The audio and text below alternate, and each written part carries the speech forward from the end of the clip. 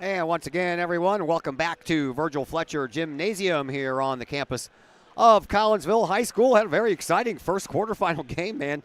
73-57. O'Fallon pulls out the victory. We will have a new champion this year as the back-to-back champs. The MacArthur Generals were knocked out by the O'Fallon Panthers, so one semifinal has one participant. O'Fallon will take on the winner of this next game between Quincy and Althoff Catholic High School. We'll be along here to bring you that game. Hopefully all the video problems have been fixed. What it turned out to be, folks, was there was a big roaster that was in the hospitality room that was not there yesterday, and it turned out after investigating everything, it turns out that roaster was the problem, and every time they plugged it in and turned it on, it tripped one of the circuit breakers over here in the gym just along this wall that's behind us. And everything stayed on. The computer stayed on. The audio stayed on. The only thing we lost was video, which was strange because the camera that is perched high above the court here at Virgil Fletcher Gymnasium stayed on as well. So we don't really understand why that all happened, but apparently they figured out why it was happening, and they removed the problem from the hospitality room and took that roaster to another room so they could use it and get the food warm and then bring it back up to the hospitality room. So hopefully we will not have any more problems with that here today.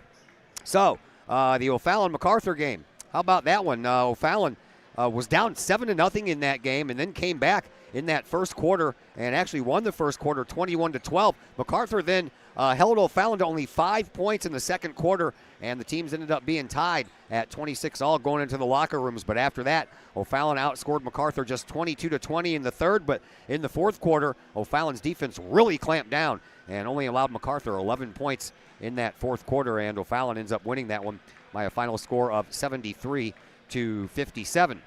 We are a little bit away here. We got a special presentation right before this game. That's why we came on just a little bit early, and we already have the starters for the Althoff-Quincy game, and if you followed any one of those two teams yesterday, the same 5 starters that they put on the floor in day number 1 is what they're going to bring out here on day number 2 in this quarterfinal. And then again, the winner of this game will take on the O'Fallon Panthers, who came alive in the second half, or excuse me, in the second game of their day here at the Prairie Farms Holiday Classic. So we're just kind of waiting around. I thought that they were going to do some warm-ups and then they were going to leave the floor. Looked like earlier that they all were going to leave the floor, and then they all came back out. So we'll keep it right here for right now, and we'll wait the special presentation that's going to take place right before this game tips off. Can tell you that over in the auxiliary gym, one game all over there, already a final, as Granite City down Rockford East by a score of 47-41. So Rockford East still alive in the consolation side of things. And MacArthur, as we mentioned, lost to O'Fallon 73-57. So MacArthur drops down to the other side. Here we go.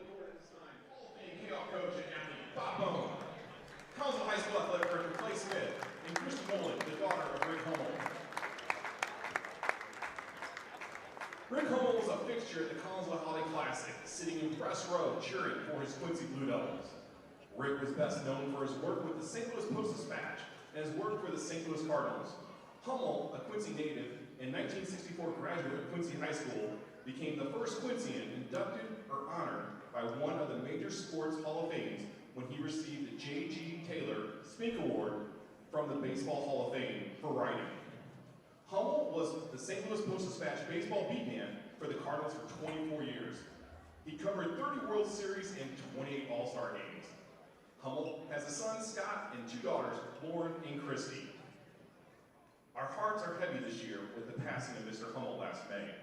Let's please observe a moment of silence to honor Rick and all he contributed to the Holiday Classic.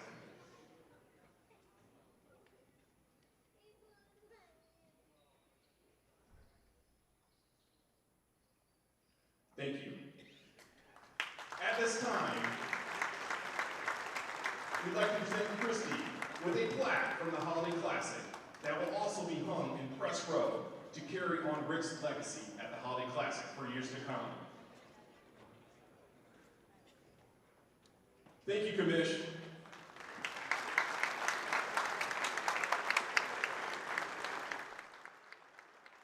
And there you go, a fine fitting tribute to a fine gentleman in Rick Hummel, known as the commish in these parts. And Matt Clark joins us now, and I know that you got to see him on a number of occasions. He was always here when you were a player. He was here last year when you did the broadcasting with me, and he is going to be sorely missed. I tell you what here, I'm not going to lie. I really never got to meet Rick Hummel until last year when he came to his final Prairie Farms Holiday Classic, and I got to speak with him just sparingly, about 5 to 10 minutes, and you know, I will never regret that time, you know, as an aspiring sports journalist in some sort of way.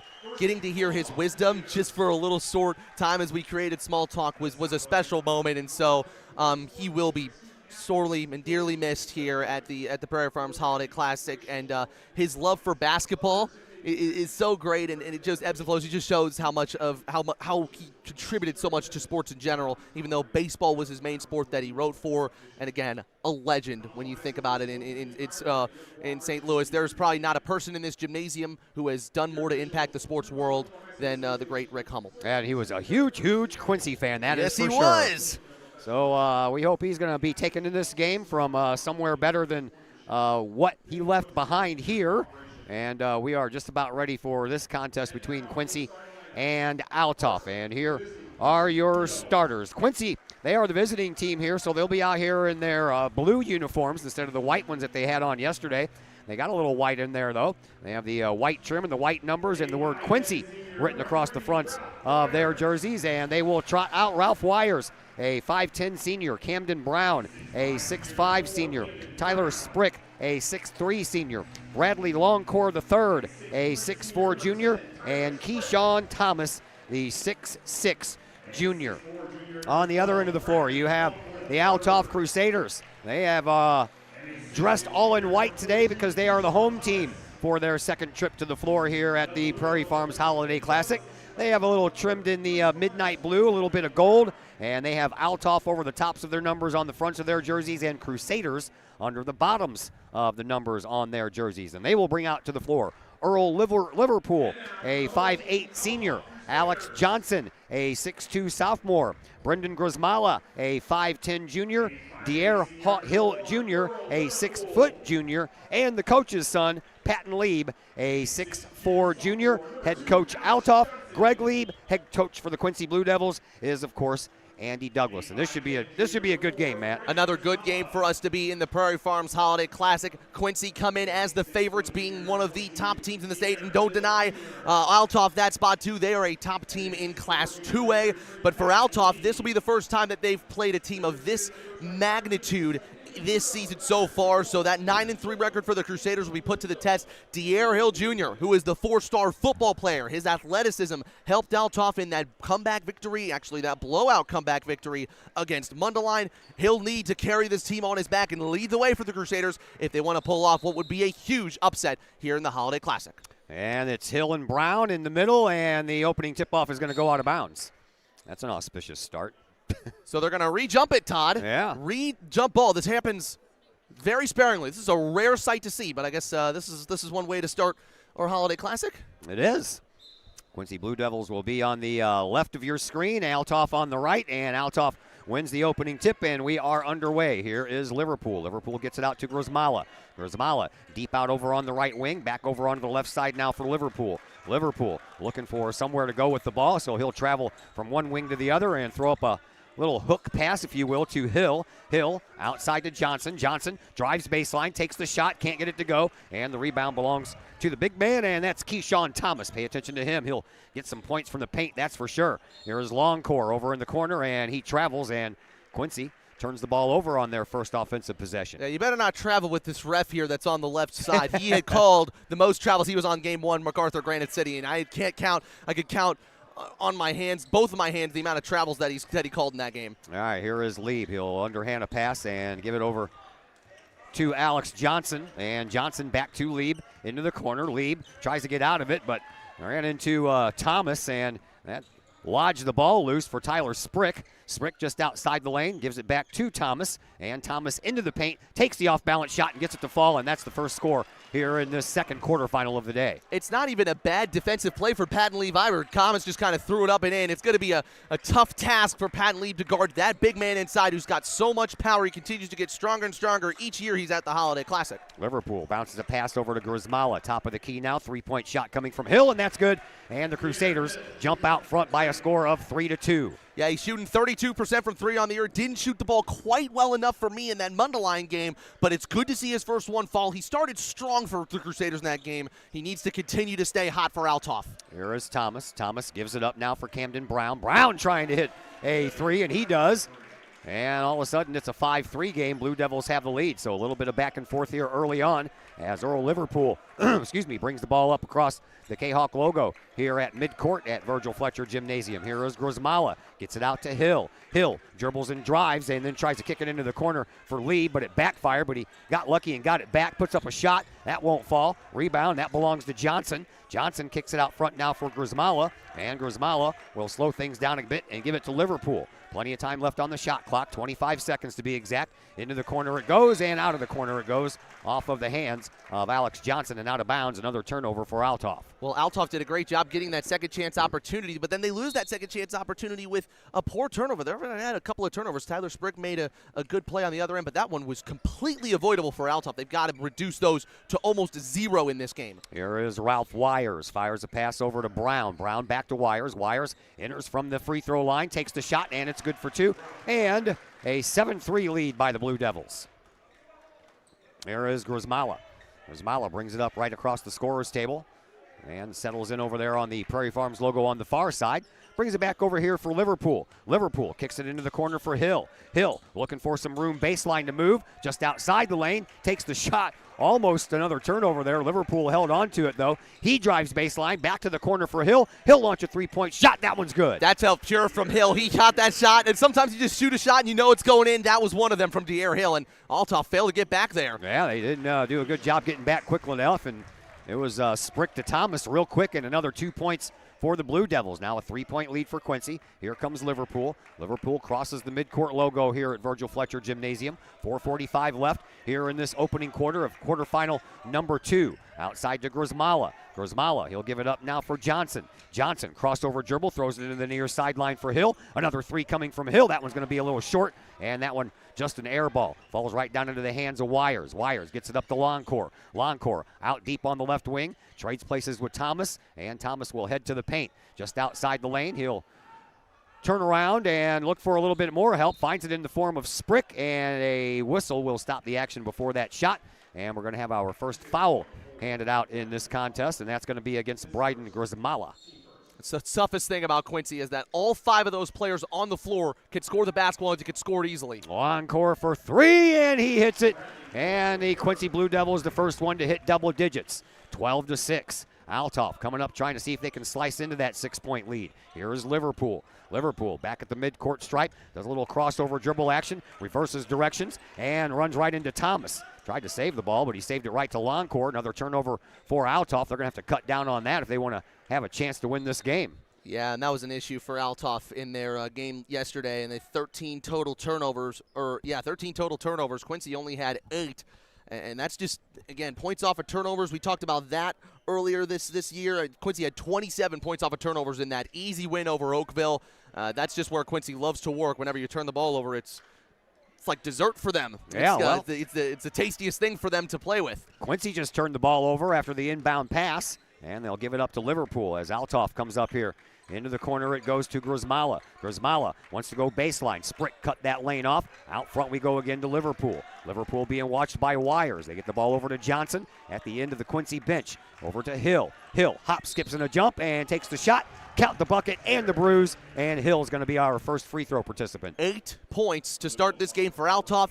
8 points from De'Air Hill Jr., who has just dominated so far. He loves to go on that favorite right hand. If Quincy want to play defensively, the best idea I'd say from the start, make De'Air Hill go right and see what he could do from there. But a good decision by Hill as well after he missed that 3, forced that shot. Now he goes inside and uses his strength. He is the strongest player on the floor. I mean, he's a 4-star athlete, so he should be able to dominate physically in the paint. Hill, 2 for 4 in yesterday's win over Mundelein from the free throw line. Althoff has already brought in a couple of extra guys. Luke Smith enters the game, as does DeMichael Jackson. Two players that played very well for Althoff off the bench in that comeback win for them over Mundelein. Hill couldn't do the and one, so it's a 12-8 contest. Quincy with the lead. Here is Wire, Camden Brown, excuse me. Got to go down to the bottom of the page there, sir. Here's Cameron Wires back Dom again Clay. with it. Yeah, Dom Clay entered the game too during that time, and the other Wires is in there as well. That's Cameron. Shot, no good. Rebound belongs to Althoff. Crusaders, they bring it back up. Here is Luke Smith. Smith gets it over to Liverpool. Liverpool, he's being watched by Wires. And Liverpool over onto the left wing, hands the ball off to Luke Smith. Luke Smith in the slot, 2:50 to play here in this first quarter, 12-8 in favor of Quincy. Here's a shot by Hill once again, and another three-pointer for Hill, and that brings the Crusaders back to within one. Can you believe that he's a better football player than he is a basketball player? That's just astonishing to me. He had 25 touchdowns as a running back for Althoff football this year. And Loncourt going up for a layup was fouled in midair, so Bradley will go to the line where he shot 1 for 1 yesterday in their win over Oakville. The other thing for De'Aaron Hill Jr. is that he is used to playing against very good teams that have very good programs. He was on Vashon last year, and Vashon went and won the state title in Class 4A as Loncourt makes that first one, and he actually hit the game winner against the best team in the state of Missouri last year in Staley. That's a team out of Kansas City, so this atmosphere is nothing to him. He should be just fine mentally as he tries to take on this Blue Devils team. Loncourt now a perfect 3 for 3 in the tournament from the free throw line. And a 3-point lead for the Quincy Blue Devils. Here is Earl Liverpool. He heads up across the logo here at midcourt. 2:20 left to play here in this opening quarter. Quarterfinal number 2. First game went a little bit longer, so we're a little bit behind schedule as far as starting times are concerned, but we are hoping to catch up at some point. Got an extra half hour in there after that 2:30 game before the 4:30 game starts, so we should get back on time after these 3 quarterfinals. Foul against Althoff. That was actually against Quincy. Or Dom Quincy. Clay with the foul there. All the way out to midcourt. And bringing it back up is Jackson. And Jackson had a little trouble getting the ball out of his hands. Probably helped out a little bit there by Keyshawn Thomas. Yeah, but I like Althoff's intention. Mentally, they're saying, we're going to go at Quincy. We're going to attack them. May not score every single time, but we are going to go full force all the way forward and go up against these guys and make them make good defensive plays when Althoff attacks. Wires brings the ball up. It ends up into the hands of Loncourt. Loncourt, he'll travel from the top of the key over to the left wing. Looking for a little room, trying to get around Liverpool. Bounces a pass into the paint. Thomas tried the shot, missed it, tries to tip it up again, and now the ball on the ground, and the referee is going to call it Quincy basketball, yeah. That's where Pat Lieb has got to be there on those second chance opportunities. Keyshawn Thomas lives at the rim and loves to score. He's got multiple double-doubles on the year already, and when you do something like that where you're just not able to box him out, there's no one else on Althoff that could compete with him down there when he's so big. Clay to Loncourt. Loncourt into the paint, but he travels. Got a little resistance there from Liverpool, and that caused him to keep moving his feet when his body stopped. Now, Althoff giving Loncourt a couple of fits here. Let's see. Quincy's going to bring the zone pressure here. Maybe that'll frustrate Althoff on the other end. There is Jackson. Jackson sends it across the way to Hill, over to Liverpool. Liverpool with his feet in the headdress of the K-Hawk logo at midcourt. Back over to Hill. Hill comes out from the right wing, top of the key, gives to Liverpool on the left wing. Liverpool being watched there by Clay. Gives it back up to Hill. Hill thought about handing it back up, but now he'll dribble and he'll drive just outside the lane, takes a shot, hits the inside of the rim on the far side, bounces out. Wires with the rebound, and Cameron Wires comes up, and Hill gives him a little shove with the old shoulder, and that'll be the first one Hill has. So unnecessary, too. I mean, he's trying to go in and catch a nice steal, but he's always at a disadvantage there when, he just missed a shot. Now he's running back on defense, and it was just such a strong, quick slap in there, and the referee saw it. Here is Wires. That would be Cameron Wires at the free throw line. He'll pop a shot, and that one misses. And the rebound belongs to Liverpool. He got ran into by Thomas. Still managed to stay on his feet. Liverpool up into the corner it goes. And back down to Lieb. Lieb looking for his first point. He's going to have to wait a little longer as that rebound comes out to Hill. Hill takes it into the paint, and he has fouled either Wires or Thomas. Both of them were there. I think it's going to be on Wires, and you know what? Good rebound there, but again, De'Air Hill attacking the basket once more. That's where he's finding his points. The other thing is De'Air Hill is an 85% free throw shooter. He didn't shoot the ball that well from the line yesterday. He was 2 of 4. However, you know, he's able to make free throws. That'll keep Althoff neck and neck here with Quincy here in this first half. 3-point lead remains for the Blue Devils, and now that 3-point lead is a 2-point lead. 14-12. One more shot coming up here for Hill as Mark Lutan enters the game. Lieb will go to the bench for Althoff, and coming in is Johnson Fowler. It's just remarkable. You don't want to call it a one-man game for Althoff. I was talking with Coach Lieb right before his Mundelein game, and he said, you know, De'Air Hill Jr. is the one to watch out for this team, and he was absolutely right. He has 13 of the 13 points. 100% of the points for Althoff in this first quarter scored by De'Air Hill Jr. Yeah, so De'Air Hill Jr. 13, Blue Devils 14. They have spread it out a little bit more, the Blue Devils have, but they are got to go back to work now. Here is Clay at the free throw line. He'll get one to fall. Wires had pretty much the same shot a little bit earlier, couldn't get it to fall, but Clay does, and now back out to a 3-point lead. 20 seconds to go here in this first quarter. Here is Liverpool. He'll get the ball across the line and do so to Jackson. Back over to Liverpool, and Liverpool, one dribble, back to Jackson. Jackson directs some traffic. He enters from the right wing and has that ball smacked out of his hands by Wires. And 7 seconds to go. Shot clock turned off. Althoff would want to just avoid turning the ball over here and giving Quincy something quick on the other end. Inbound pass comes in. Hill immediately launches a 3-point shot that swoops out, and the rebound is back to Hill after a couple of tips. He gets fouled up in midair, no call, and then the ball ends up off the back of the backboard and out of bounds, and it will remain with Althoff. I know that there could have been a couple of foul calls there. I love De'Air Hill Jr. The play call by Greg Lieb just opened De'Air Hill Jr. up there. And back to Hill at the buzzer, and that one falls a little short. And that's the way the first quarter comes to a close. 16-13 in favor of Quincy. Back with quarter number 2 after a timeout here on the K-Hawk Sports Network. Looking for a new place to catch the game with a cold drink and some great food? Look no further than 1101 Bar and Grill in Caseyville. 1101 Bar and Grill features pizza, burgers, wraps, and salads, plus 7 large screen TVs to catch the latest K-Hawk games and all of the pro sports across the spectrum, and all the college football and basketball you can handle. 1101 Bar and Grill in Caseyville, 1101 Caseyville Road, right across the street from K-Hawk Stadium. Call 1101 Bar and Grill for carryout orders at 618-223-1332. Financial investments are very important, but so are the investments of time, patience, and encouragement our young athletes receive from other coaches, teachers, and mentors. Jason Ragg, your Benjamin F. Edwards financial advisor, understands this. That's why Jason Ragg is a proud supporter of your Collinsville K-Hawks and the K-Hawk Sports Network, as well as the K-Hawk Educator of the Month Award. For all of your investment needs, see financial advisor and investment vice president Jason Ragg at the Benjamin F. Edwards office in Edwardsville at 1012 Plummer Drive, or call Jason Ragg at 618-307-7048, or visit benjaminfedwards.com. Benjamin F. Edwards, members SIPC.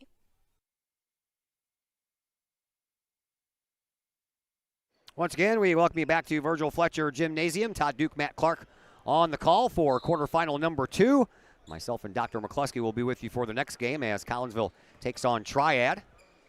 But first, we got to get through quarterfinal number 2 before we get to quarterfinal number 3. One quarterfinal in the books. O'Fallon has moved on to the semis, and MacArthur will not have a chance to do it 3 times in a row. Here is Loncourt. Loncourt for 3, and that one's good.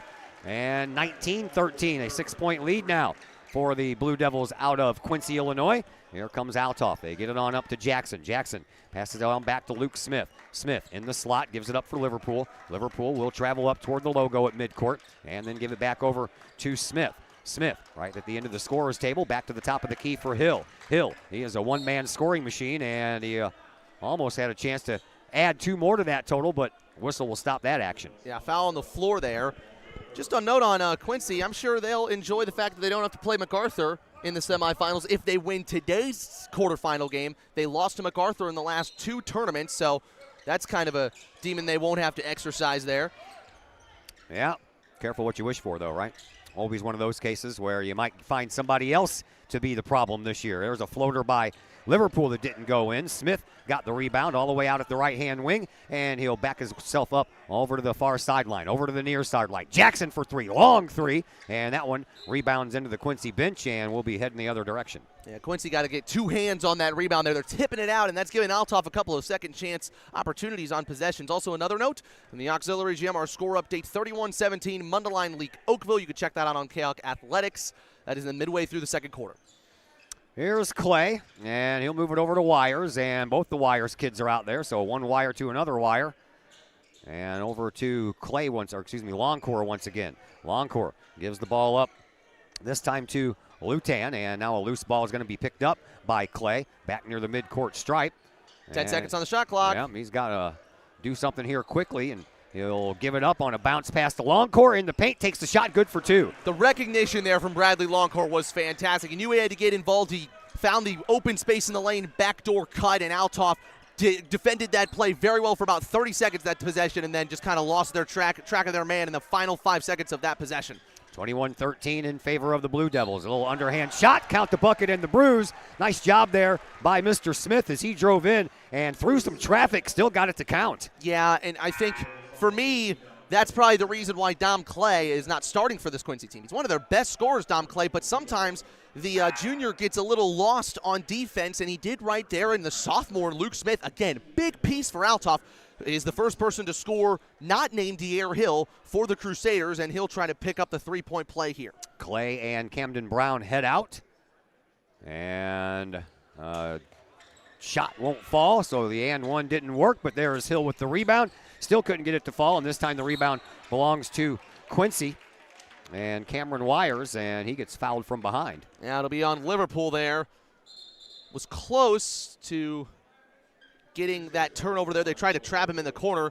Hill almost scored that basket, as there's going to be a check with the scorers table here. I think just something very quickly. That is Liverpool's second foul. So he's going to be checked out of the game for Grismalda. Someone else is going to have to guard the guards in the front court in Ralph Wires and Camden Wires. So Grismalda checks in. Inbound pass still coming from the Blue Devils. It'll be Sprick, and he'll get the ball into Ralph Wires. Ralph moves the ball up. Gives it back to Sprick. Sprick over on the far side wing in front of the Althoff bench to Longcore. Back over to Sprick, and this time they'll find the hands of Cameron Wires, and underneath the basket, he went one direction, back to the other direction. Here is Sprick. Longcore, top of the key, three. Swoops on out of there, and the rebound is going to be knocked out of bounds into the scorer's table, and we'll head back the other way. Althoff will try to see if they can score points off of a Blue Devils turnover. And I think, Quincy, one of the things that could help them, they do so many things right, but one thing they don't do right is they got to grab the basketball with two hands at the rim. They tip out another one, and it ends up going out of bounds. They're a little bit taller than Althoff there in the middle, so go up and grab it with two hands and put it back in. Devils are athletic. They absolutely can do that. Here is Hill. Lost the ball as he was trying that spin move. Kicks it outside for Jackson. Jackson over to Grismala. Grismala at the top of the key, trying to eye a little bit of room. That one almost knocked out of bounds, and now it was by Wires. So Althoff will retain possession, and they will inbound over here on the near side sideline, just underneath our location here on the far left side of your screen. Well, now Quincy's really keen on De'Air Hill Jr., guarding him tight every single time he gets the ball, not allowing anything for him, even though, well, let's see. Well, they're going to call that an offensive foul. Yep, on Patton Leap. So it's off the ball. I was curious because if that's De'Air Hill Jr. with the offensive foul, that would have been his second. So no problems there. De'Air Hill Jr. still only has one, but I'm sure he's just a little bit frustrated that he wasn't able to go inside there because of something that was completely unrelated to the play. Here is Cameron Wires, hands the ball off to Longcore, around to Sprick, over to Ralph Wires. Wires, top of the key, gives it up now for Lutan. Lutan gives it right back to Wires. Wires does a little behind-the-back dribble and then lost the ball, and now we're going to have another foul call, and I believe it's going to go against Wires while he was trying to get that ball back. Well, suddenly it's Quincy who's dealing with these poor turnovers here. You wouldn't expect the one of the top teams in the state to turn the basketball over at such a high rate like Quincy has done so far today.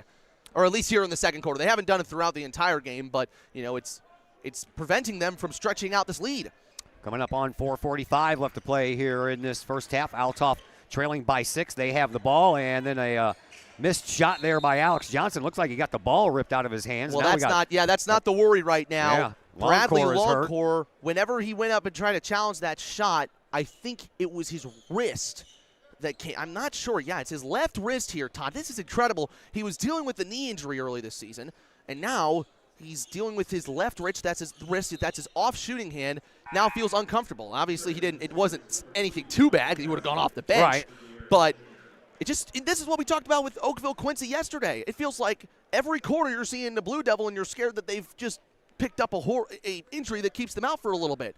Quincy are staying healthy, but they're doing it by a thread. Yeah. Hanging by a thread here in terms of their health. Well, I'm sure the adrenaline rushing through his body right now is taking some of that pain away, but no telling what's going to happen once things slow down at halftime while they're in the locker room. Hill goes out. Alex Johnson comes in for Althoff. Quincy with the ball once again. Here is Lutan. He'll give it up now to Loncourt. And Loncourt dribbling with that left hand. Out at the top of the key. Looking for some room. Didn't find any. Pulls back. Takes the three. No good. Rebound. That falls right down into the hands of Luke Smith. Smith brings it up. Fires a shot in the corner to Jackson. Jackson takes the three-point shot. That one won't fall. Althoff gets the rebound. And then it's knocked out of bounds. And it's knocked out of bounds by Alex Johnson. So the Blue Devils will try to get the ball back as Thompson will come back in and take the place of Lutan. Well, De'Aaron Jr.'s on the bench now. Only 2 points out here for Althoff coming through Luke Smith. I was impressed by how Luke Smith ran that fast break, and I like that shot from Althoff. JaMychal Jackson is a good three-point shooter. Has missed both of his tries today, but I'm sure he'll get back up to speed where he makes a couple of shots for Althoff. They definitely need him to play a part in their offensive game today. Still a 6-point lead here for the Blue Devils halfway through quarter number 2. Here is Sprick. Sprick dribbles and drives. Went to play a double team and then found a little bit of room but came up short on the shot. Rebound belongs to Althoff. Here comes the Crusaders and Jackson gives it up and into the corner it goes now for Smith. Out front for Jackson. Jackson, spin move. Got out of the way and he was about to be double teamed. Throws it up to Lieb. Lieb just outside the lane. Tries the throw the ball, and it's going to go the other way. Tried to find Smith, but Smith was already on the move. Smith did get a hand on it, but he didn't get enough of it. Yeah, now this is the time with Hill out. Althoff's got to tap in on their defensive end. They've done that so far. They're forcing not great shots. That Sprick shot, sometimes he'll make that on the other end. But with De'Aaron Hill Jr. out, this Quincy defense, it's a zone kind of turned into a man-to-man defense. It's so hard to play against. I personally played against it. It's difficult to score on, and so they've really got to tap into finding some stops on this defensive end. Loncourt with the ball in his hands. Gives it up to Thomas. Thomas dribbles with that left hand across the top of the key and throws the ball into the Althoff bench. Game is slowed down a little bit here, Todd. Yeah, we saw some explosive scoring, some good shots on both ends, but now both teams are having fits trying to score on the other, and both teams with just turnovers that you would not expect from either of these state-ranked teams, throwing the ball away like 3 feet away from the player that you're trying to pass it to, like Keyshawn Thomas just did. We have been stuck at 21-15 for a while here. Here is Jackson. Jackson deep out on the left wing, takes it to the top of the key, looking for some room in the lane. No room there. He'll kick it back outside. And outside it goes to Grismala. He'll come inside, take the shot, can't get it to fall. We've seen a couple of these baskets just swoop from one side of the rim to the other. Wires takes it coast to coast. That's stuffed by Hill as he came back into the game. And now we have a whistle and a jump ball and the possession arrow in favor of Althoff. So the Crusaders will have a chance to once again try to dig into this 6-point lead. Well, O'Fallon ran the fast break so well yesterday, but Althoff is athletic and physical enough to get back on the fast break. Fantastic job by De'Aaron Hill Jr. He was coming down on that play, and it's so hard to come down with your arm and not foul on a block. He did it there, though, and he prevents himself from picking up what would be probably a costly second foul. As Greg Lieb says, time to call timeout. Time to call a timeout for us as well, and we will take one 30-second timeout. We'll be back after that break here on the K-Hawk Sports Network. We love to have you come work for the city of Collinsville. Positions available from seasonal jobs to full-time opportunities in many of our departments. From police and fire to Gateway Center, Parks and Recreation, and City Hall. Our employees enjoy great benefits like comprehensive medical plans, paid time off, tuition reimbursement, and more. Visit the city's website, collinsvilleil.org, to apply and learn working for the city of Collinsville.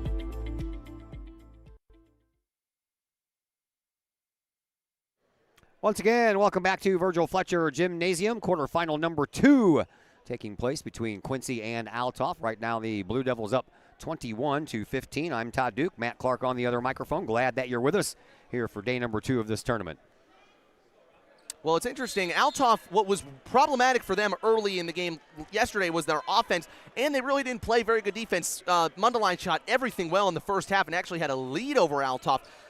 But in this first half, Althoff have done a great job. Have kind of played it the other way and playing good defense, making sure that Quincy can't stretch this lead out to double digits or anything like that. That's been the story, but turnovers like that will not help them at all. Yeah, Jackson tried to thread the needle, and Wires jumped right in front. Man, that's a major league swat there. Well, I mean, he just didn't have to do it to him like that, Todd. You know what I'm saying?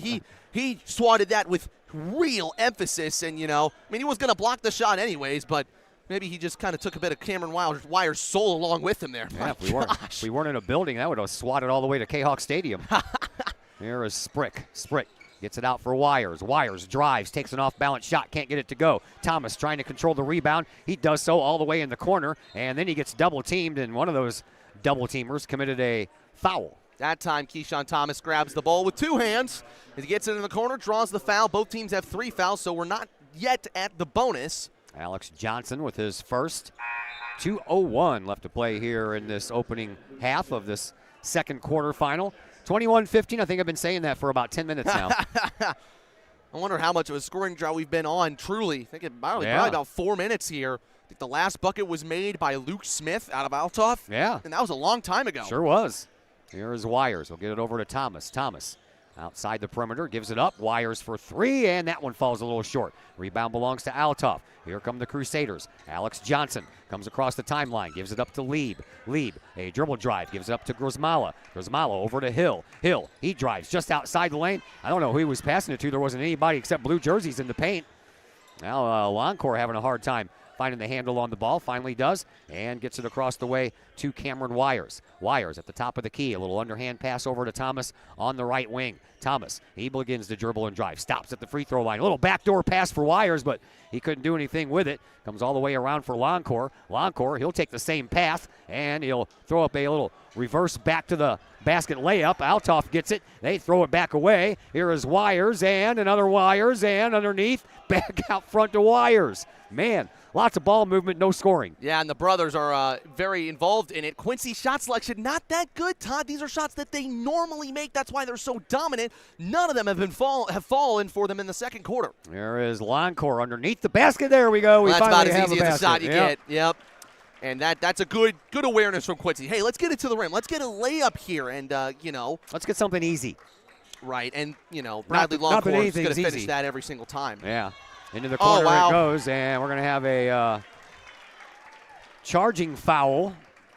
On Hill. Yeah.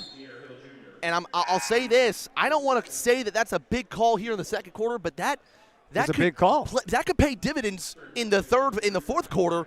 De'Aaron Hill Jr. worked so hard late in the second quarter not to pick up the second foul. There were times where he wouldn't even reach into challenges because of a foul, but these are 2 bad fouls by Hill. The first time he didn't have to make that whack over in the Quincy half, in their own half court, and then, on the other end, it's an offensive foul. You never want to have offensive fouls. Those are momentum killers. There's a half a second difference in the time, the play clock and the shot clock. They just turned the shot clock off. Oh, they just turned it off. It was that close, huh? Here is Wires. He'll drive and kick it into the corner, but a whistle will stop that progression. And we're going to have a foul coming up. This one is going to go against Michael Jackson. And Jackson will pick up his first. And time for some free throw shooting. And to the line is Cameron Wires, who did not get to the free throw line in yesterday's game. Yeah, well, Cameron Wires will definitely want to play better than he did last year. He only had 7 minutes total in this tournament last year when Quincy finished second. And he missed the first free throw. You were talking earlier in the pregame about all the missed free throws yesterday, but then that O'Fallon MacArthur game, they were hitting free throws everywhere. I think so, but there was still time. That's one of the reasons why O'Fallon won, was because Rennie Harris and Jaden Rush made the free throws. Not only that, they got to the free throw line. So if they missed a couple of free throws, it wasn't that big of a deal because they were getting to the line every single time. O'Fallon went 16 of 21. Yeah. That's not bad. That's not bad at all. You'll take that all day long. 7 of 16 for MacArthur, so they wish they probably had a little bit more of a better time at that than they did. Final 10 seconds left to go here in this first half. 24-15 in favor of the Blue Devils. Althoff trying to get the last points here before the 2 teams go to the locker rooms. Here is Hill. He's got most of them anyway, and a shot at the buzzer falls a little bit short, and that is the way that the first half comes to a close. 24 20-15 in favor of the Quincy Blue Devils. We will take a break, wait for the halftime stats to be delivered to us, and then we will send those stats on to you, and we'll talk about the rest of this game after this timeout here on the K-Hawk Sports Network. All Pro Tees in Caseyville is your place for custom apparel and has been for over 20 years now. Why? All Pro Tees can handle any size project, big or small, and they specialize in large group orders. At All Pro Tees, quality is number one on their list of priorities, as is evident by their excellent service staff. Did we mention All Pro Tees has over 20 years of experience? They can even help with fundraisers and event merchandising for your group. And of course, All Pro Tees is your destination for everything Collinsville K-Hawks. So for all of your apparel needs, for civic groups, sports teams, business outings, or even a family reunion, your apparel needs stop at All Pro Tees. All Pro Tees in Caseyville at 2240 South Morrison Avenue. Online at allprotees.com. Right across the street from K-Hawk Stadium. All Pro Tees, 618-344-2200. No one likes a dirty house. It's work that almost no one wants to do. Why not get someone to do that work for you? Kara Gray with Rags to Riches Cleaning Service would love to take that task off your to-do list. Kara is a homegrown Collinsville High School graduate and the owner of Rags to Riches. From floors to ceilings, from baseboards to light fixtures, Rags to Riches can clean them all. No job is too big or too small. Call Kara Gray at Rags to Riches Cleaning Service to schedule a free estimate today at 618-979-9634 or visit Rags to Riches Cleaning Service on Facebook. Are you in need of a new mailbox to go with your new home? How about a new mailbox to replace your old one? Look no further than Big Dick's Brick Mailboxes in Collinsville. From economy to custom, Big Dick's Brick Mailboxes can create a mailbox that suits your needs. Big Dick's Brick Mailboxes is licensed and insured. They use only high-quality materials and offer a satisfaction guarantee policy. Big Dick's Brick Mailboxes can also make your very own axe throwing set, hanging or standing. Whether you need that axe throwing set or a new mailbox, you need Big Dick's Brick Mailboxes in Collinsville. For more information, get a hold of Big Dick's Brick Mailboxes at 618-680-0208 or online at needanewmailbox.com. The Collinsville Area Community Foundation is our community's charitable foundation. We connect people, support programs, and guide resources to help our community thrive. Our board is made up of local leaders that donate their time and expertise to identify opportunities for long-term community impact in and around Collinsville. Find out more about scholarships, grants, and ways to give back to the city we love by visiting collinsvillefoundation.com. Looking for a great place to watch the game with your crew? Look no further than the Lucky Fox Sports Bar in Uptown Collinsville.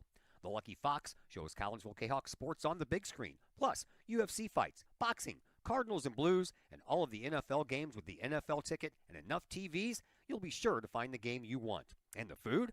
How about Taco Tuesdays, Wing Wednesdays, plus burgers and sandwiches, pizza, steak, and more, including great drink specials and the coldest beer in town.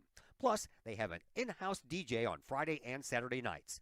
Dine in and catch a game or order carry-out with the Lucky Fox. The Lucky Fox Sports Bar, 118 East Main Street in Uptown Collinsville. Open daily at 11 a.m. Check out the Lucky Fox Facebook page for daily specials. The Lucky Fox, 618-223-1948. Schaefer Excavating and Demolition in Pontoon Beach provides complete commercial, industrial, and residential demolition and excavating services. Schaefer Excavating and Demolition is family-owned and operated by former K-Hawks since 1980 and have over 4 decades serving the Metro East. Schaefer Excavating and Demolition is your choice for quality and experienced work at a reasonable price. Schaefer's does jobs of any size, whether digging for water and sewer lines, site preparation, or building demolition. Schaefer's can do it all. Schaefer's Excavating and Demolition also sells backfill, topsoil, loam, and other materials.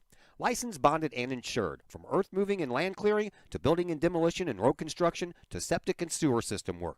Call the experienced crew at Schaefer Excavating and Demolition, 618-931-6237. Once again, welcome back to the Prairie Farms Holiday Basketball Tournament, day number 2, quarterfinal number 2. Quincy up right now 24-15 to 15. Todd Duke, Matt Clark back with you. Here's a look at your first half stats. Neither team shooting the ball very well. Althoff has hit 5 of 19, while Quincy has hit 9 of 22. From beyond the three-point stripe, each team has made 3. Althoff has made theirs on 7 tries, Quincy on 6 tries. Each team has also taken 4 shots from the free throw line. Althoff has made 2, while Quincy has made 3. Althoff leading the rebound battle by 1, 15 to 14.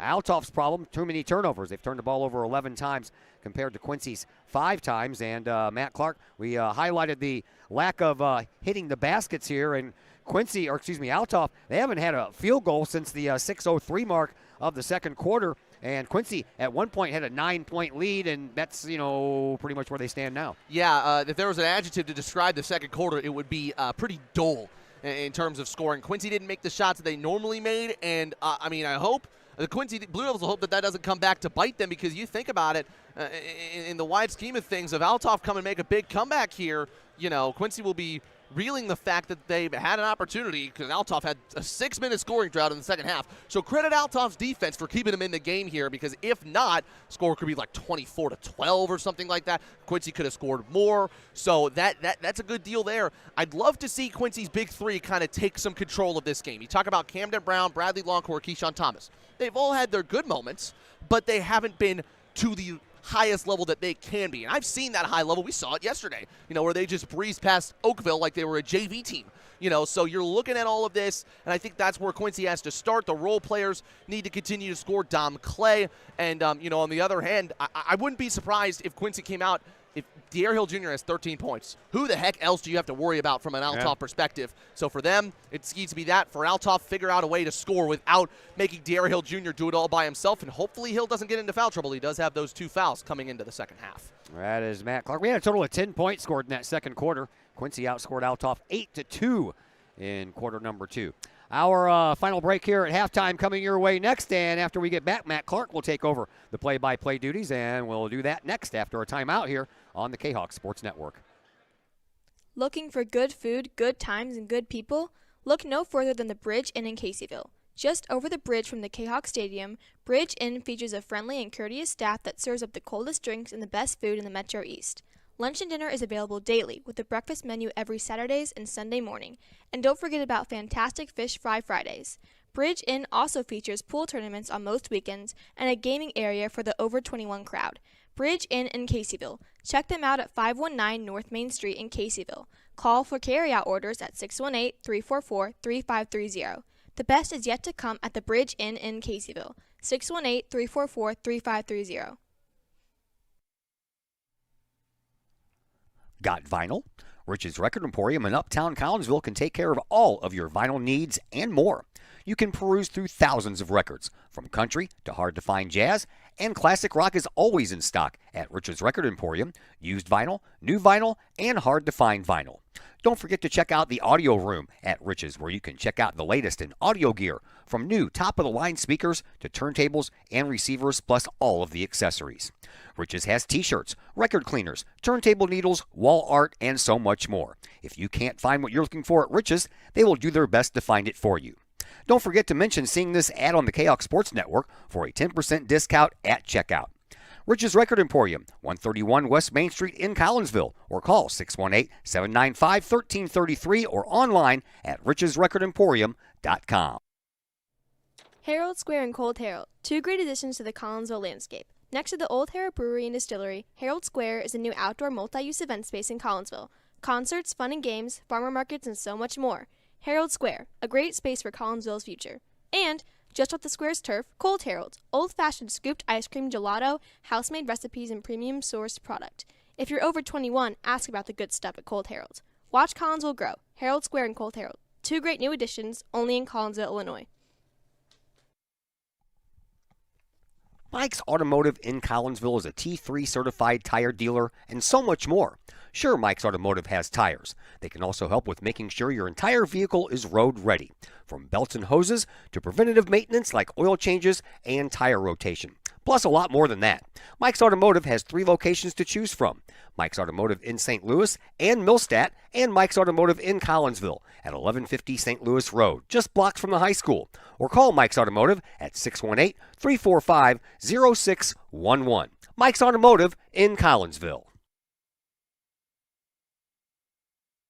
And once again, we welcome you back to Virgil Fletcher Gymnasium here on the campus of Collinsville High School. Hope everybody is having a fantastic Thursday. I was kind of surprised when I woke up this morning and saw snow on the grass. Yeah, I was glad. I looked at all the snow, and then I looked outside my porch. I'm like, are the roads bad? Because I want people to be in here and watching this game. And luckily, the roads are completely fine. So this place will continue to fill up, and I'm sure people will be looking for seats in a little bit, especially with that Collinsville Triad quarterfinal match coming up, where there's going to be a lot of people. And then, in addition to that, you've got some good semifinal games coming up where people will come in droves for those. Oh yeah, it's great basketball, and this is a great field. All right. We're about ready for quarter number 3 to get underway, and here is Matt Clark with the call. And Ralph Wires will get us started. 24-15 is our score, with Wires have got the ball to Sprick. Again, only 10 points scored in that second quarter. Here's Thomas inside, fouled by Patton Lieb as he tried the dribble drop step. He'll go up to shoot 2. And Keyshawn Thomas, only 4 points in that first half. He had a 24-point game against Webster Groves earlier this year, and Webster Groves is a good team from the state of Missouri. On the Althoff end, they'll be pretty proud of themselves. They've turned their team around, and that's kind of the big story of the season for them. As Thomas goes up for the first one and hits it. Althoff were 8-24 last year, or 8-23, and 2-8 in the South 7. They moved to the Gateway Conference, and since then they've done a fantastic job, and they've already surpassed their win total from last year with kind of a new group. Bryden Grismalda and De'Air Hill Jr. are transfers, and they've really taken some of the scoring burden. So it's Thomas who slits the pair. But it'd be a huge win for Althoff if they were able to beat Quincy. They already beat O'Fallon, who is going to be the team that the winner of this game plays against tonight at 6 o'clock. This is Liverpool over to Grismalda. Grismalda trying to drive on his left, back over to Liverpool. Now it's Grismalda. Tries to drive right on Brown. Got it past him, but good contest by Brown meant that Bryden sailed the layup way out of place. Now it's Sprick in the corner, tried to drop it off to Thomas, but it's a deflection from Liverpool. Baseline out of bounds. 10-point lead for Quincy here, though, and you got to think as they continue to build this lead, Althoff have got to find some points on the other end or they'll let this game get away from them. It's Thomas. He's inside. Now it's back out to Sprick, but wants the ball back on Lieb. 2 big boys in the middle there. Once again, Thomas passes it out. Now it's Longcore, the creator, right around Johnson. Had him jumping all over the place. Gets the ball back, looking for the open spot. It's to Brown, and Brown will reset. 1 minute played here in the third quarter. It's a 10-point lead for Quincy. Thomas looking for options inside to Sprick, who can also post up. Back out to Wires with 5 on the shot clock. Wires goes up for the layup, and it does not fall. Maybe he could have gotten fouled on that play, as Liverpool will bring it back the other way for Althoff. Good pick there by Ralph Wires, and this should turn into an easy 2. He was smiling back at Earl Liverpool when he got that steal. He just picked his pocket right there. And an easy 2, more points off of turnovers for the Blue Devils, which they were very good in last time against Oakville. Grismalda up for there. He's been cold from the field so far. Coming in average 9 points per game. I don't think he scored today. Longcore on the fast break. Breezes past Lieb. Couldn't get the and one to complete it. But Todd, a very good start for Quincy. This is more like what they are used to here. They're getting fast break opportunities, and that's helping them create a better lead to work with. Yeah, I don't think I've seen anybody ever smile that big after forcing a turnover than Wires did. He must have seen it. He must have seen the ball just right in front of his face. Such quick reactor, yeah. Ralph Wires is, too. He just picked his pocket and went up for it. Longcore makes that first free throw there, and he is up to 13 points on the day. He had 18 against Oakville, and I can't imagine that he will not be on the all-tournament team again. And obviously just been continuing to battle back after his knee has been kind of aggravating him this season. Makes both free throws, and so Bradley Longcore is only going to continue to get better as he gets more and more healthy. And it looks like that wrist that we were talking about in the first half isn't bothering him anymore. No, it doesn't seem to be favoring it at all. No. And he almost made that off-balance shot in a prayer a minute ago, too. Yeah, that time he didn't look like he needed to worry about that wrist at all. Hill on his offhand, that's his right hand, guarded closely by Wires, who just had the earlier steal. Wires right in front of him, but Hill powers toward his left. Liverpool left wing 3, and he can't get it. Boy, Althoff badly needs some points here. Ain't kidding. That now is a 8-minute scoring drought for the Althoff Crusaders. They've been stuck at 15 since the 6-minute mark in the second quarter. And this poor shooting performance might just finish them off here in this quarterfinal. And Quincy haven't been great shooters themselves, but they're still shooting a good 40% from the field. Thomas on the right wing. Brown flared, went back inside. That's what you could do on the UCLA screen. And Brown puts it in for 2. Easy money for him. He's such a great scorer, all-around player. Not only can he drive to the basket, Todd, but he can also shoot that 3. We saw that earlier today. Yeah, a lot of these guys are similar, man. You talk about Clay and Brown and Longcore and the Wires brothers. They all have like the similar moves and the speed and the awareness. It's weird. I mean, you think about that. They probably all played together, practiced together. The coaches probably taught them the same moves and ideas. Yeah. And they all put it together. That's why every single person that Quincy puts on the floor could score. There's an open 3 for Alex Johnson. First points of the second half for Althoff. They badly needed that. And at least cuts the lead to 13 for now. But De'Aaron Hill Jr. has been held quiet.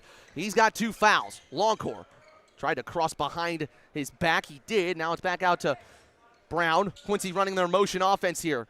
Flare out for Brown. Going to get the screen from Thomas. Now Thomas posts up, and then Brown was a little careless with the basketball. Grismalda picked it out of his hands, and then he fouls. Brown fouls Grismalda, so it's a turnover for the Blue Devils. Althoff will get the basketball back. Yeah, battle of the 2 number 4s there, and ended up being Well, won by Grismala. Well, I'll tell you what, not only are they number 4, but they look like the same player. They both do. got the afro Yep. working. It's so much fun. It's like a carbon copy. Yeah. Johnson dribbles outside. This is Smith against the Thomas, a little bit quicker than Thomas Luke Smith is.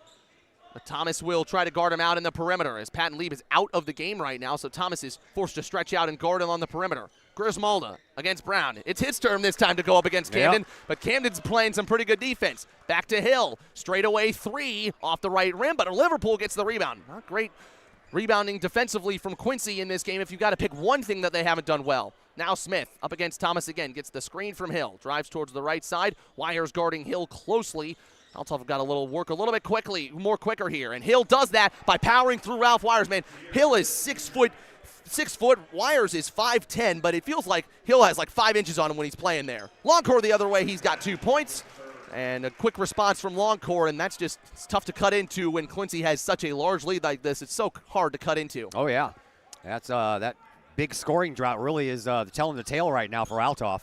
Hill's trying to do it himself again. Grismalda, no good. He is, again, ice cold from the field. No points for Grismalda. Every other Althoff player except for Liverpool has scored. Now Brown decided not to shoot the 3. Seismich masked inside, tried to dribble it off to Thomas, but great athletic play by Hill. Hill streaked down the far sideline, gives it over to Grismalda. He makes the layup finally. Nice pass. Yeah, great pass by. That was all De'Aaron Hill Jr., but he gets his teammates involved as it's Grismalda who makes the layup. Now Longcore, open baseline jumper, connects. He will never miss that shot, Bradley Longcore. That's just that's how smooth he is. Can't not leave him that open. Grismalda just made that layup. Althoff will go a little bit quiet. Look at De'Aaron Hill Jr. on the far side. Just his hands on his knees right now. That's how tired he is. Yeah, Quincy has made him work his butt off in this game. Does he have anything left in the tank? Johnson will try to help out. Stripped away by Wires and Sprick together. Now the other way for Brown, and Brown is up there to slam it home. Uh-oh. Better watch out. The athleticism from Camden Brown. Here's Hill the other way. Grismalda another 3. Gets that one to go. Finally, Grismalda makes a 3. He's about 1 of 4. And it's kind of getting up and down there, so Greg Lieb wants to slow the pace a little bit by calling timeout. Althoff still face a 12-point deficit here. Quincy 37, Althoff 25 on the KHOC Sports Network. We'll be right back.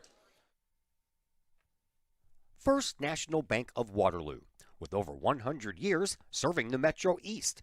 Visit First National Bank of Waterloo at their Maryville or Collinsville locations for all of your banking, mortgage, and lending needs. Why? Super low closing costs, low construction loan rates, and they do so much to support our local communities. When you need a loan, call the Collinsville team at First National Bank of Waterloo at 618-345-1121 or visit their Maryville or Collinsville locations or online at fnbwaterloo.bank. First National Bank of Waterloo, member FDIC, and equal housing lender. Well, Quincy creating a little separation here in this quarterfinal, but Althoff not going away anytime soon as Greg Lieb called a timeout to try to get a little bit of defensive motivation going. Thomas up against De'Aaron Hill Jr. Boy, a mismatch in there. It's like a lineman going up against a running back in the post there. But De'Aaron Hill Jr. has the job to do. Wires around the screen. And it's going to be an illegal screen. Yep. Thomas moved there. And it's going to be a moving screen on him. Thomas's first foul. No real foul trouble to note from Quincy's point of things. Dom Clay has 2 as he checked back into the game on Althoff's end. De'Aaron Hill Jr. obviously has 2. We've talked about that a little bit. And Earl Liverpool has 2 fouls and no points.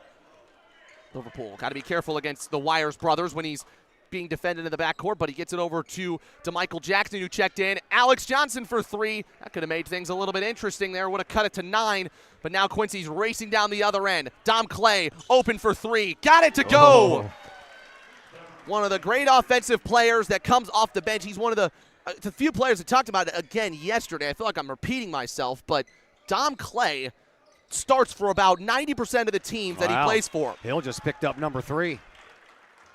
No. It will be De'Aaron Hill Jr.'s 3rd foul. Why did the referee only hold up one hand with 2 on it? It's 22, not 2. Who knows? Not quite sure, and I think Quincy are going to wait just a quick second. And I actually think, yep, the referee, let's just see, they're going to let Camden Wires tie his shoe off your screen. But a very good defensive play there. Now De'Aaron Hill Jr., he's running out of time to get Althoff back into this game and running out of opportunities. Things are going against him now. 3 fouls, and he has 15 points. I think only 2 of those in the first half. De'Aaron Hill had 19 yesterday. Again, a double-digit scorer, but Althoff have to be able to do more than him. Oh, good little recognition there from Liverpool to pick off the pass, but it comes back out to Cameron Wires. Both Wires brothers on the floor. It's Cameron's turn. Tried to get it to his brother on the backdoor cut, but he wasn't open, so it'll go to Longcore.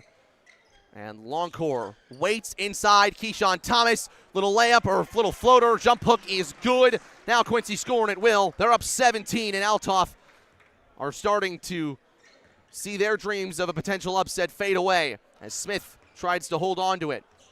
This is back out to De'Aaron Hill. He'll go up strong against Thomas. Good ball fake, but Thomas goes up on the second try and then blocks him in a little bit of discussion here between the two players. These two are fiery, emotional players on both sides. You saw De'Aaron Hill Jr., he was talking to Derek Bishop in game number 3 yesterday. They were getting into each other's faces. Then Keyshawn Thomas, I mean, I've played against him, and I know how fired up he is on the floor. He plays with the same passion that a certain Kedrian Jones played with when he was at Collins. KJ. Yeah. Lieb's going to check back in. I'm guessing he's going to take the place of Hill because he's still waiting in front of the scorer's table. Well, let's see. It's going to depend on if Hill hits this first shot, and the referees have said cut it out. No more talking. Yeah. They've talked enough. Play some basketball here. 1:24 to go. As Quincy try to close out Althoff. They win. They'll play O'Fallon, which interestingly enough, even though Quincy and O'Fallon have both played in the semifinals and third-place games in the past, I don't think they've played them since O'Fallon has come back in the tournament. It's been a long time since, what I'm trying to say is it's been a long time since Quincy and O'Fallon have played, and that should be an intriguing one as well.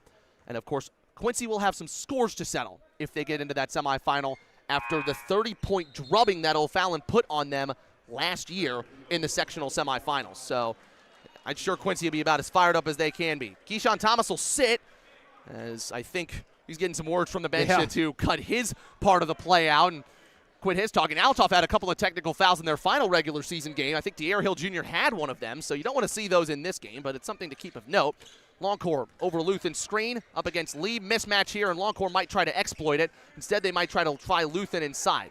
It's Longcore telling Luthen to clear out. It's up against Lee. Lee's got the job to do here. Longcore, step back, easy money. Rattles it in. Bradley Longcore. And Lee had no chance there. Absolutely no chance. It was over before the play even happened. Those are the type of shots that you practice over and over again. The dribble move there from Longcore. Johnson Fowler now for Althoff. Or actually, that's Jackson. He tried to throw one up. He's fouled, and the referee is going to call that a foul on the floor. So with that being Quincy's 4th foul, that's the last one they can give up before it goes to the double bonus. If they can get that within the next 40 seconds anyway. Each team has 4. And Michael Jackson just hit the bottom of the backboard. Quincy the other way. They're racing it down again. Alley-oop to Clay, and he almost went above Lieb. That still was a long ways away from going in, but that would have been the play of the tournament. Jackson the other way, goes up strong, and it doesn't matter if it's a floor foul or a shooting foul because that's the 5th Quincy foul in the quarter. So 2 shots here for Michael Jackson. Tell you what, that was all for show there. Wires could have just laid it up there, and instead he tried the alley-oop play to Clay, who had an alley-oop yesterday, a much easier alley-oop. There's another missed dunk for Quincy. What are they on the tournament now? 3 of 10. I thought he was going to go up and do a no-look layup. I'm sure he could have done that as well. Just look away and put it up with his left hand. Jackson misses the first free throw. Quincy now lead by 17. That's their largest lead of the day. And Althoff just trying to figure out how to, Quincy have had their way with Althoff in the second half, and I think, again, you talk about the scoring drought. Althoff missed their opportunity a long time ago by not scoring in 8 minutes of play. Shot clock turned off here with 23 seconds to go in the third quarter. It is Cameron to his brother Ralph, and Ralph will take it up against Luke Smith, the sophomore. Now they're going to try to get it to Longcore on the other wing. He's guarded by this much smaller Liverpool. Instead, Wires waves him off. He'll grip the screen from Luthen. Wires towards the left side, looking to kick it out, and the ball is intercepted by Grismalda. He keeps it in with 1 second to go, and Grismalda will shoot it at the horn. Shot does not count. Yep, he did not get it off in time. So Grismalda misses, or that shot doesn't count, and Quincy will be proud of themselves. They are 8 minutes from another Prairie Farms Holiday Classic semifinal appearance. They lead Althoff 44-27. We'll be back with the fourth quarter here on the K-Hawk Sports Network. Lakeside Roofing in Collinsville.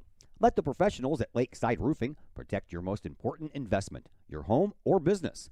Have the elements taken a toll on your roof system? Notice a leaking roof? Maybe it's time for a free roof inspection. Regular maintenance can extend the life of your roofing system by 10 years or more. Lakeside Roofing is your winning team for commercial and residential roofing systems. Lakeside All-Star professionals have installed, repaired, and maintained hundreds of roofs on both sides of the river. Call Lakeside Roofing today at 618-344-2800 in Collinsville or 314-241-5253 or online at lakesideroofing.com. Choose experience, choose Lakeside.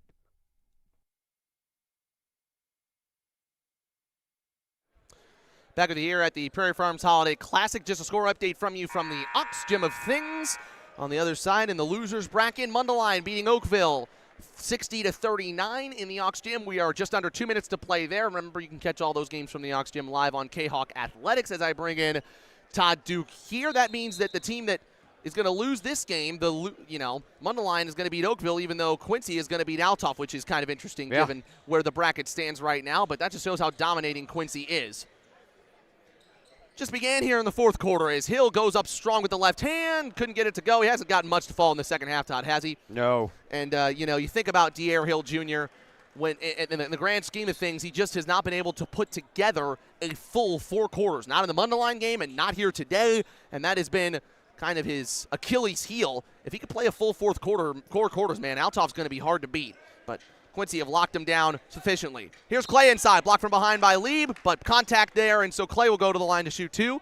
And he'll look to add on to a good performance here today. He only got 5 points. The main man for the Quincy Blue Devils today, Bradley Longcore. He's up to 20 points, and he's kind of like an NBA player in that sense. I remember watching Luka Doncic once live, and he scored 25 points, and it looked like he didn't have a very good game. And Longcore scored 20 here. You wouldn't have known it if you were keeping score. We had the scores on there because he's been such a good team player, but also, it doesn't seem like he's dominating this basketball game.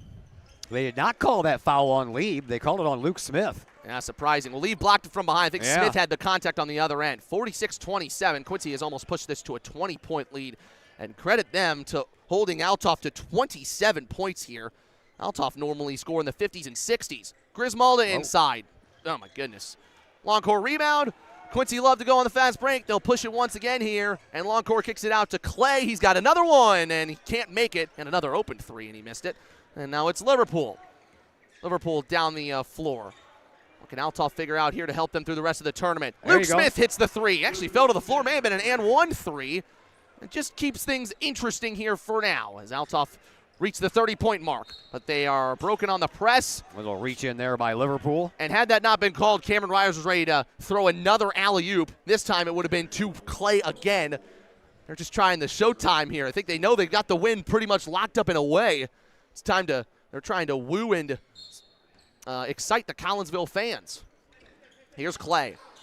Clay over to Wires, looking inside to Luthen maybe. Cameron will take it himself though. Far side to his brother Ralph. Ralph, of course, loves this gym. Hit that game-winning buzzer beater against Collinsville in the past. That was a couple years ago. He's a much different player now. Cameron Wires, his brother, goes inside. Stolen away by De'Air Hill Jr. He lost the handle on it. Now Hill in open space. Goes strong with his left hand, and then it's tipped away by Clay out of bounds. Surprised that they didn't call foul there, but Clay we really went strong into Longcore. Yeah, he did. It felt like Longcore pushed back. I mean, Longcore's not the strongest player, but you normally aren't moving a very good guard like him out. Grismalda steps into a 3. Couldn't get it fall. missed off the left side of the rim, and then Cameron Wires is called for a foul as Pat Lieb got the offensive rebound. And, you could argue that call. However, can't give up offensive rebounds, and Quincy has given up a couple of them today. Yeah, Lieb got his hands on the ball, and just when he was getting ready to go up with it, Wires smacked it, but got more arm than he did ball. Liverpool surveys, almost a 5-second call to throw it long out to the top of the key. Longcore almost intercepted it. Now Grismalda, it's a little bit of a mismatch against Lutheran, who will have to stretch out and guard him. Instead, they go to the hill on the right side. Back out to Grismalda. Decides not to shoot the three, the Belleville West transfer. Now Liverpool drives down the left side, picked away. That one's no foul. Clay goes the other way. Dominique Clay, he dunked earlier in this tournament, so I was preparing for him to slam another one down, but instead it's just the easy 2 points for him. He's now got 7. Yeah, there's like, well, we're 1 for 8 in slam dunk, so I'm just going to go ahead and do a fingertip roll. Correction, 9 for Clay as Grismalda shoots another 3 and gets it to go. That is 8 for Bryden Grismalda, who's come alive here a little bit in the second half, but again, too little, too late here for Althoff as they're still down 15. Still a lot of time left, though. And they'd have to put a run together now, and it's hard to put a run together against this Quincy team. Longcore was about to go up. That would have been a brilliant play right under the basket, but he steps out of bounds, just tiptoes as his toes touch the baseline there, and Althoff will retain possession. Well, you got to score off these turnovers if you want to have a chance to climb back into this thing. You got a 15-point deficit to erase. No time like the present. Deep 3 from Hill. That's a swish from De'Aaron Hill Jr. They really desperately needed that, and just like you said, it's not over yet. Althoff still have 12 points to come back from, and they will take a quick timeout here. It's a full one here on the KHOC Sports Network, and we'll return after the timeout. Keep your ride shiny and clean with Extreme Details Vehicle Detailing in Collinsville. Owner Jay Merkel and his crew at Extreme Details believe in the value of community and in helping their community hold the value of their vehicles with a sharp-looking, clean ride that you and your community can be proud of. Extreme Details can handle any job, whether you drive a small car, an SUV, or even a bus or RV. No job is too big or too small at Extreme Details. Extreme Details offers scratch and oxidation removal, no matter what you drive: cars, trucks, motorcycles, boats, and more. Plus, Extreme Details can handle fleet vehicles for you and your company. Call Jay and the gang at Extreme Details at 618-977-1224. Check for periodic specials on the Extreme Details Facebook page. Put the shine in your ride with Extreme Details, 618-977-1224. 48-36, Quincy trying to book that spot in the semifinals, but Althoff is just keeping a small interest in this game as they hit 2 consecutive threes, one from Grismalda, one from De'Aaron Hill Jr. from about college range to cut it to a 48-36 game. Next up for you, Collinsville Triad, the rivalry between those two teams in the Metro East. That one scheduled to start at 1. It's going to start later. We can definitely confirm that, but we'll have it here on the KHOC Sports Network. Here's Brown for Quincy as they go around to Longcore. Everyone touching the ball in this possession for Quincy. Now Longcore tried to go under the basket. Liverpool almost had the steal. Now Longcore goes up inside, blocked from behind by Lee, but another foul is called. Longcore was, I think, expecting to dish it off to Thomas there. He was telling him to go into a different spot. But good recognition there by Longcore when Lieb kind of sagged off on him and was focused on other players. And Patton Lieb now has 4 fouls, so one more and he's done for. Todd, I just want to go back to that Collinsville Triad game. Your early thoughts on that one. It's the first time Collinsville and Triad have played since Rayshawn Taylor went to Triad and scored, I think, 30 or 40 points against the Knights. Yeah, they don't Triad. usually face each other a lot in basketball. Usually it's a soccer and a football thing that they do, plus baseball and softball. So I'm anxious to see the game. I just hope Collinsville can clean things up a little bit, or they might have a little bit of trouble with the Knights. 2 for 2 from Longcore. Great free throw shooting for Quincy. That's why it is so hard to beat a team like Quincy, because they shoot the free throw well. Here is Grismalda up against Brown. They've had a good battle here today, those two. They're looking for the backdoor cut for Johnson, but instead he comes out to the wing to corral the ball, and then Quincy get another deflection. It's another steal. Brown holds on to it through multiple Althoff players. Over on the other side, Longcore a 3. No. Yes, sir! That is hard to play against. The Quincy Blue Devils showing again why they can be one of the top teams in the state. They get all 3 of their best players involved and went from Brown to Thomas to Longcore. Yeah, that's fun to watch. Hill Jr. a 3. There you He's go. got an answer. And De'Aaron Hill Jr., that now is the most points that any player has scored in the Holiday Classic, or actually 23 for him. Longcore has 25 now. Very good performance from him, a kind of a breakout performance. It's one of the best games in the Holiday Classic he's ever played. But this time it's Wires, and he was almost going to go up and get another and one. But the unfortunate thing for Althoff, that is Patton Lieb's 5th foul. Yep, he's out. And that's going to change the dynamics a bit here for Althoff without him in the game.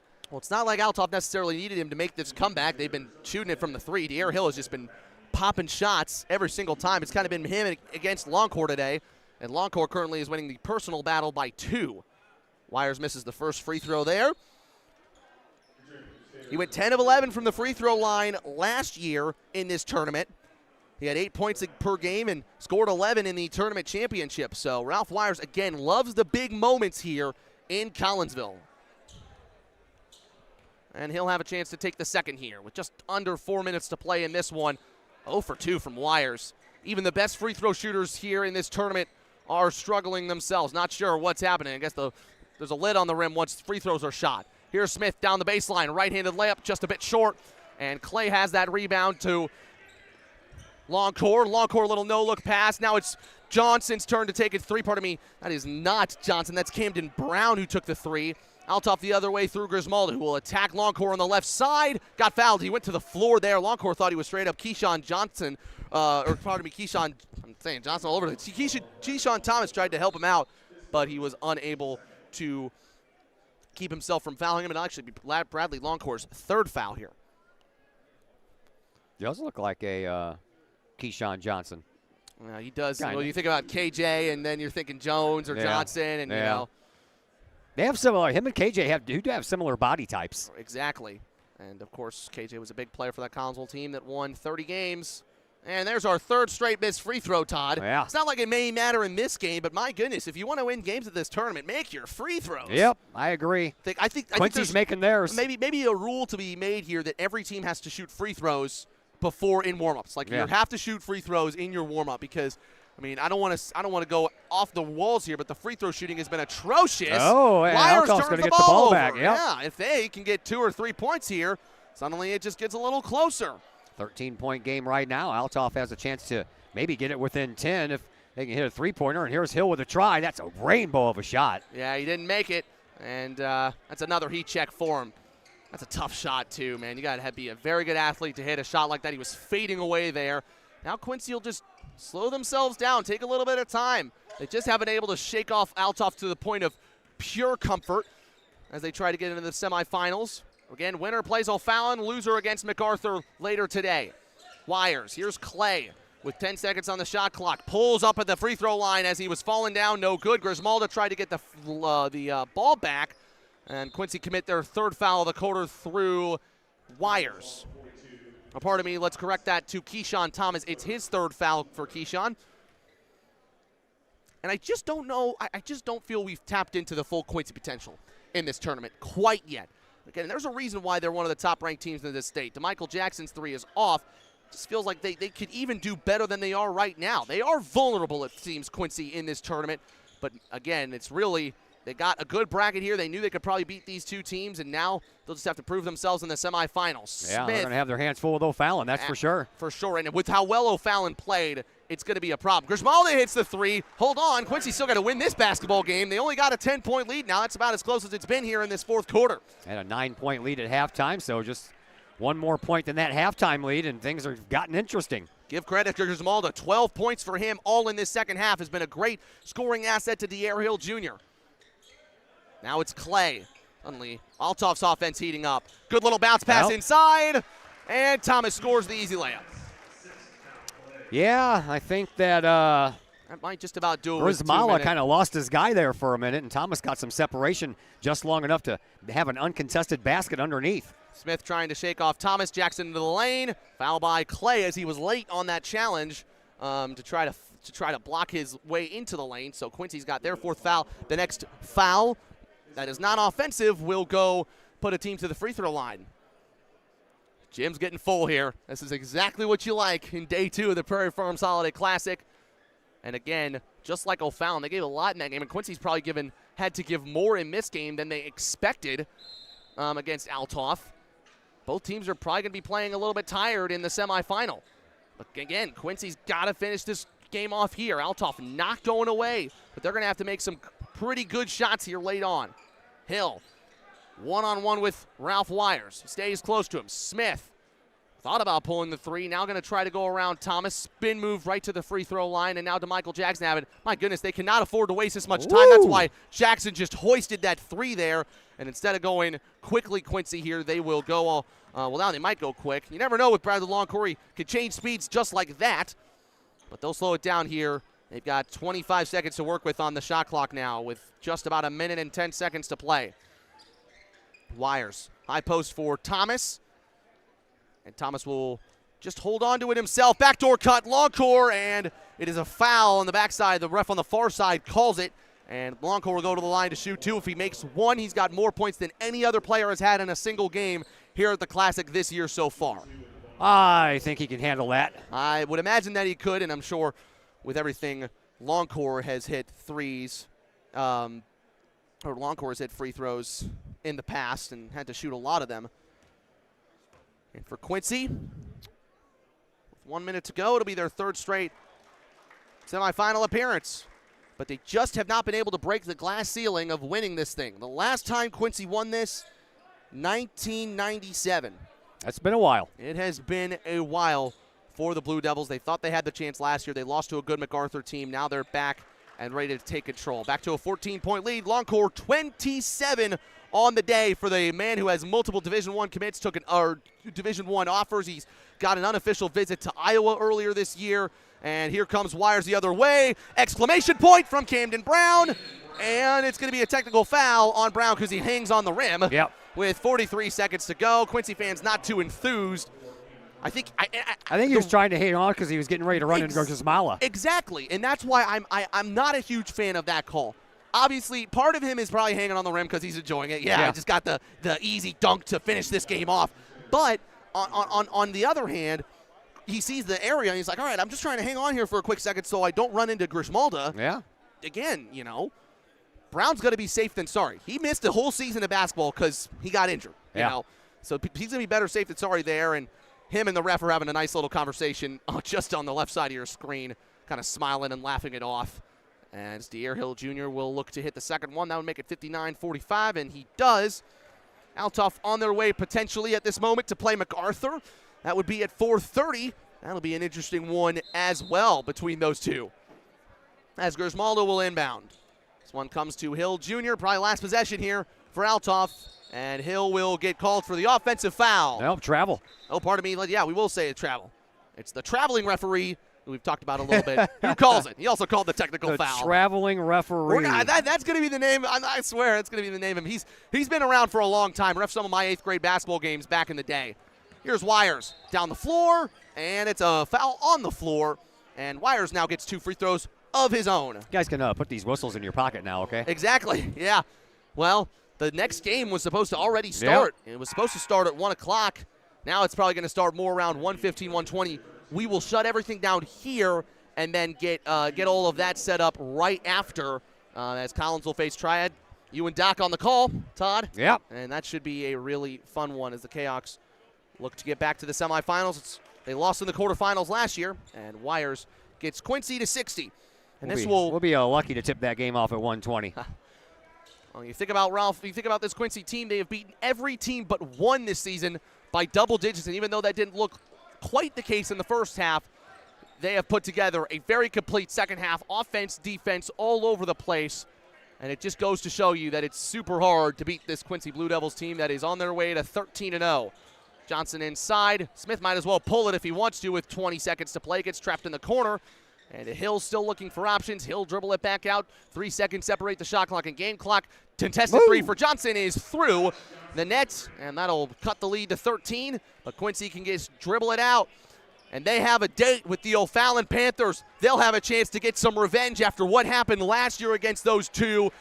Quincy 61, Althoff 48. Bradley Longcore 27 points to lead the Devils through. They go to the semifinals. Althoff will play at 4:30 against MacArthur here on the Chaox Sports Network. We'll shut everything down for you and be back with Triad versus Collinsville, the big rivalry game coming up next here on the Chaox Sports Network. But the final score here, Quincy 61, Althoff 48. See you then.